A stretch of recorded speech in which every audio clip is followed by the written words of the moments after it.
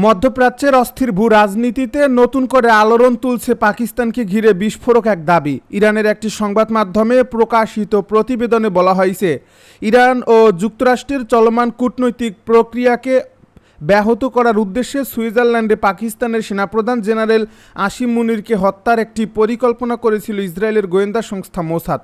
একই প্রতিবেদনে আরও দাবি করা হয়েছে, পাকিস্তানের গোয়েন্দা সংস্থা আগেভাগেই সেই পরিকল্পনার তথ্য জানতে পেরে ইসরায়েলকে কঠোর বার্তা পাঠায়। যদিও এই অভিযোগের পক্ষে স্বাধীনভাবে যাচাইযোগ্য কোনো প্রমাণ এখন পর্যন্ত প্রকাশ করা হয়নি এবং ইসরায়েলও এ বিষয়ে আনুষ্ঠানিক কোনো মন্তব্য করেনি, তবুও এই দাবিকে কেন্দ্র করে আন্তর্জাতিক অঙ্গনে নতুন করে আলোচনা শুরু হয়েছে। কারণ এমন অভিযোগ শুধু দুই দেশের সম্পর্কই নয়, পুরো মধ্যপ্রাচ্যের নিরাপত্তা পরিস্থিতিকে আরও জটিল করে তুলতে পারে।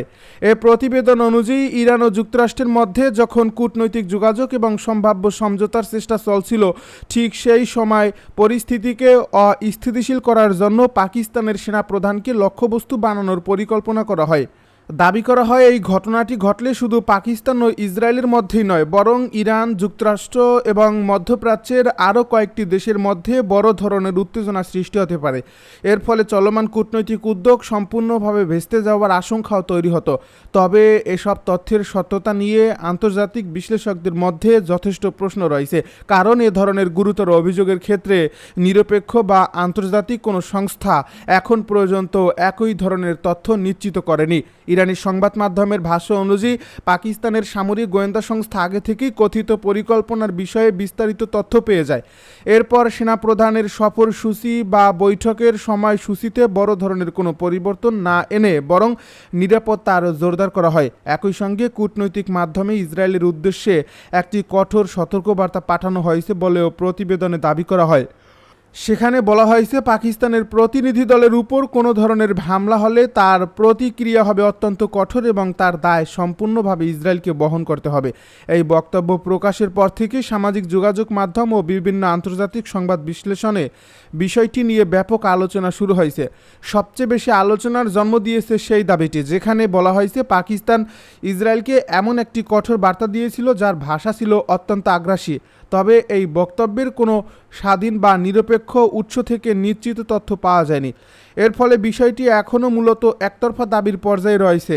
আন্তর্জাতিক সম্পর্ক বিশ্লেষকদের মতে, এমন সংবেদনশীল বিষয়ে নিশ্চিত তথ্য ছাড়া কোনো সিদ্ধান্তে পৌঁছানো উচিত নয়, কারণ গোয়েন্দা কার্যক্রম, কূটনৈতিক বার্তা এবং সামরিক পরিকল্পনার মতো বিষয়গুলো সাধারণত প্রকাশ্যে আসে না এবং এগুলোর সত্যতা যাচাই করাও অত্যন্ত কঠিন।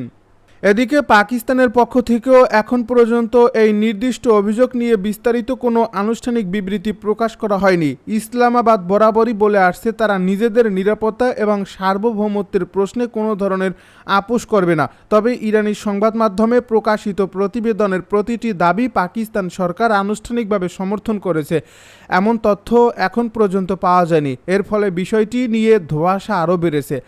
অন্যদিকে ইসরায়েলের সরকার কিংবা মোসাদের পক্ষ থেকেও এই অভিযোগ অস্বীকার বা স্বীকার করে কোনো আনুষ্ঠানিক বক্তব্য দেওয়া হয়নি।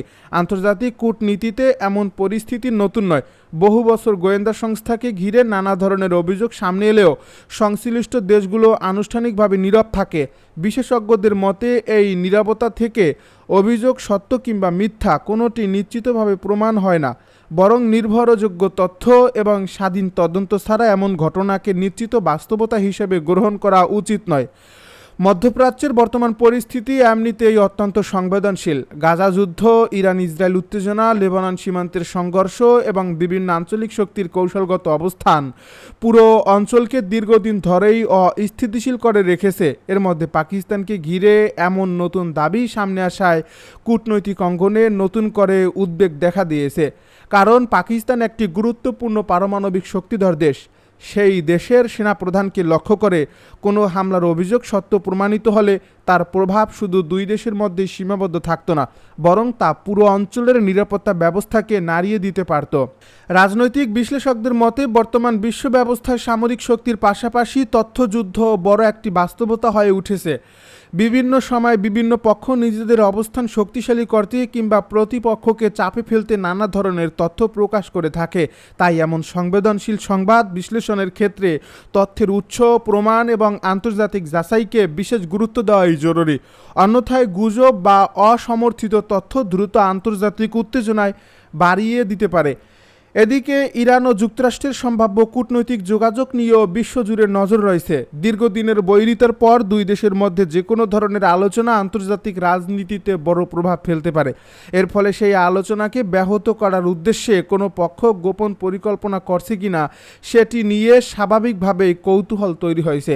তবে এখন পর্যন্ত প্রকাশ্যে আসা তথ্যের বড় অংশই একক সূত্র নির্ভর হওয়ার বিষয়টি নিশ্চিতভাবে প্রতিষ্ঠিত হয়নি। আন্তর্জাতিক নিরাপত্তা বিশ্লেষকেরা মনে করছেন, এমন পরিস্থিতিতে সংশ্লিষ্ট দেশগুলোর উচিত উত্তেজনাপূর্ণ বক্তব্যের পরিবর্তে কূটনৈতিক সংলাপকে অগ্রাধিকার দেওয়া। কারণ মধ্যপ্রাচ্যে নতুন করে বড় ধরনের সংঘাত শুরু হলে তার অর্থনৈতিক ও রাজনৈতিক প্রভাব বিশ্বব্যাপী ছড়িয়ে পড়তে পারে। জ্বালানি বাজার থেকে শুরু করে বৈশ্বিক বাণিজ্য, নিরাপত্তা এবং আঞ্চলিক স্থিতিশীলতা সব ক্ষেত্রেই এর নেতিবাচক প্রভাব পড়ার আশঙ্কা রয়েছে। সব মিলিয়ে পাকিস্তানের সেনাপ্রধানকে হত্যার কথিত পরিকল্পনা এবং তা ঘিরে ইরানি সংবাদ মাধ্যমে প্রকাশিত প্রতিবেদন নতুন করে আন্তর্জাতিক অঙ্গনে ব্যাপক আলোচনার জন্ম দিয়েছে। তবে এই দাবিগুলোর স্বাধীন যাচাই এখনও সম্ভব হয়নি এবং সংশ্লিষ্ট পক্ষগুলোর কাছ থেকেও আনুষ্ঠানিক নিশ্চিতকরণ পাওয়া যায়নি।